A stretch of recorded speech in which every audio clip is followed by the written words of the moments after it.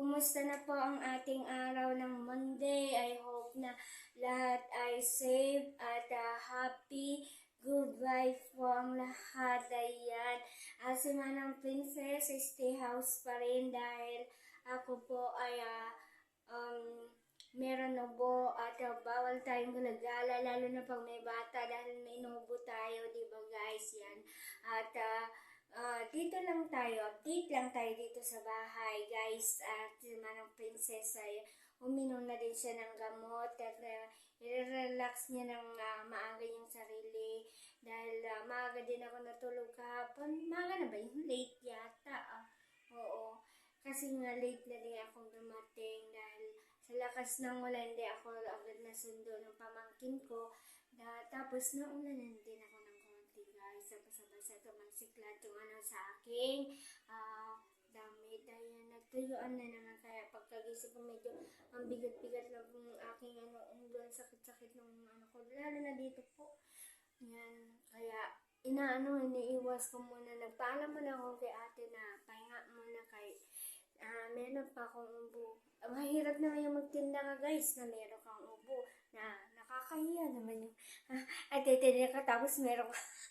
Aray ko. Sorry po. Ayan. Ipapakita ko sa iyo, guys, yung aking pananim doon sa aking paso. Ayan.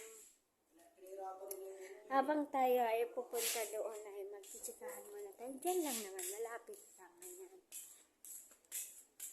Papakita ko kung paano yung yung kanyang kalagayan. Pasensya na, guys, at medyo madilim dito sa aking dinadaanan. At ako ay malapit na. Ayan. Ayan na, guys. Kita nyo ba yan?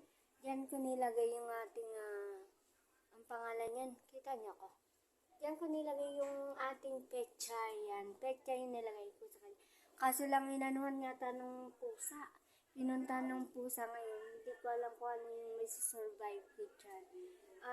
3 days pa lang ngayon, guys, yung kanyang pagtubo. Kasi pinunla ko after, kailan ba yun?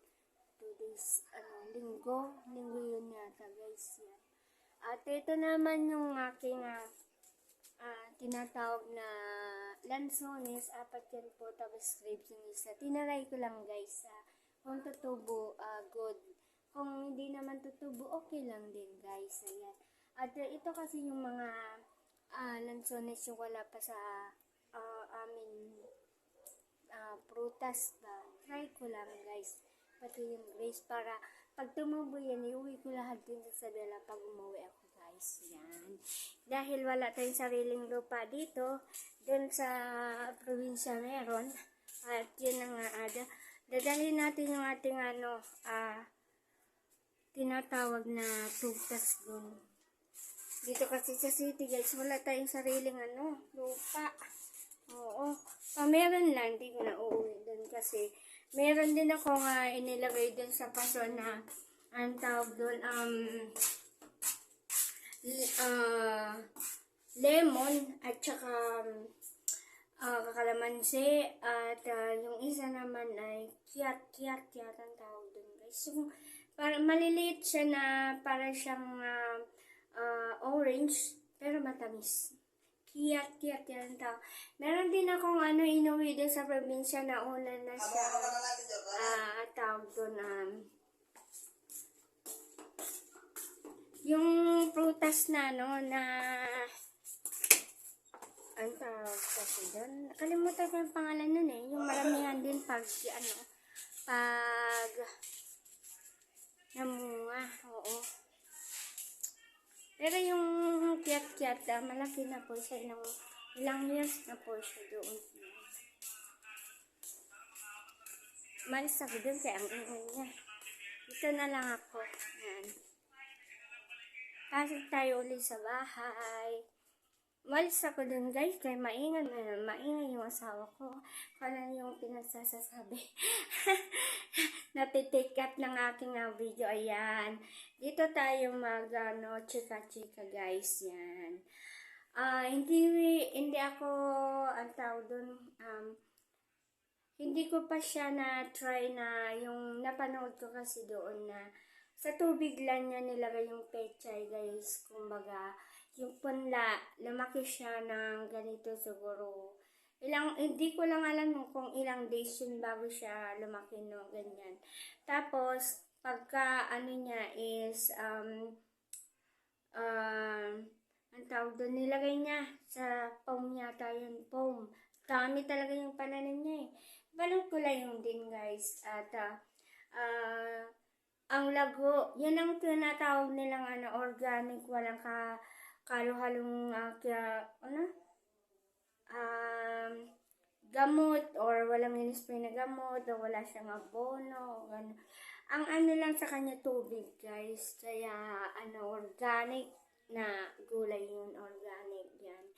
At kung papansin nyo yung mga ibang pechay kasi lalo na pa ganun, na-i-spray kasi yun. Yung iba naman, organic talaga, hindi sila lang gumagamit ng spray pero gumagamit sila ng pataba. Ayan. At yung naman iba, yun ang tinatawag na organic, hindi sila gumagamit ng pataba spray, pero nakababad siya sa tubig hanggang lumaki. 15 days, pwede ka na daw, pwede ka nang mag-harvest ng pechay. Ang lalago talaga, ang lalaki yung pechay, ang dami. Parang siya straight na ganun, parang semi-hose, pinaglagyan niya, pero plastic.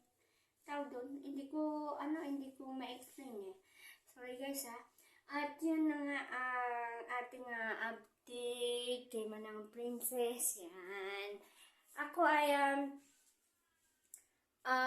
nag-i-stay muna dito habang nag-i-stay ako hindi ko lang alam kung ngayon hanggang bukas na hindi ako magtinda kasi pinagpapahinga talaga ako ni Mr. na kailangan ko magpahinga. Yan.